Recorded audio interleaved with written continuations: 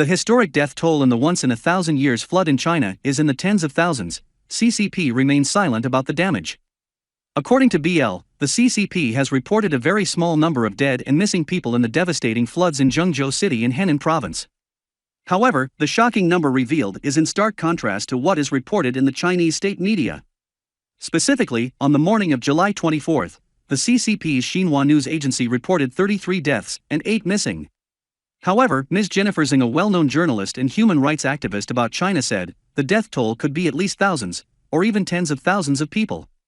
Explaining this estimate, Ms. Zhang said, "The tunnel we have seen is about 5 kilometers long, has 6 lanes, some say 8 lanes. Let's say there are 6 lanes, and the floodwaters peaked in the late afternoon of July 20th, when everyone was rushing home." She continued, "If there is a car in the tunnel every 7 meters, this is a fairly conservative estimate. If 5,000 meters divided by 7, multiplied by 6 lanes, we get 4,285 cars. If 1 out of 3 cars has 2 people in it, the death toll could reach more than 6,000 people. The death toll could exceed 8,000, even 12,000 people if each car had 2 or 3 people inside."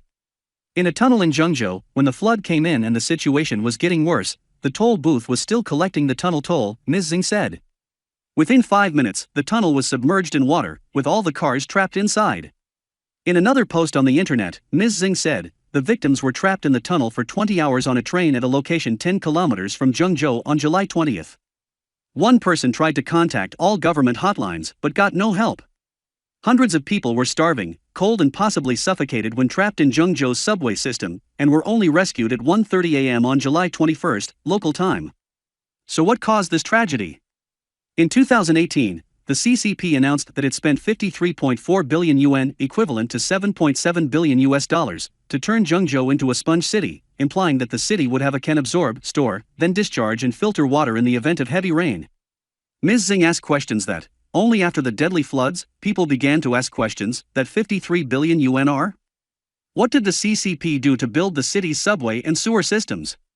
Previously, it is known that staff at Truong Trang Reservoir began to discharge water at about 10:30 a.m. on July 20th. However, this information was broadcast at 1 a.m. on July 21st, which is about 15 hours later. As such, the authorities had plenty of time to react to the discharge, as the entire subway flooding process didn't happen in just a minute. However, they did not do so. At 7:01 p.m. on July 20th, the Zhengzhou government announced, despite the heavy rain, the people of Zhengzhou remain strong, optimistic, and do not complain. "We firmly believe that, after this rare rain, our city will be cleaner and greener than ever." That's all the government did in this once-in-a-lifetime flood.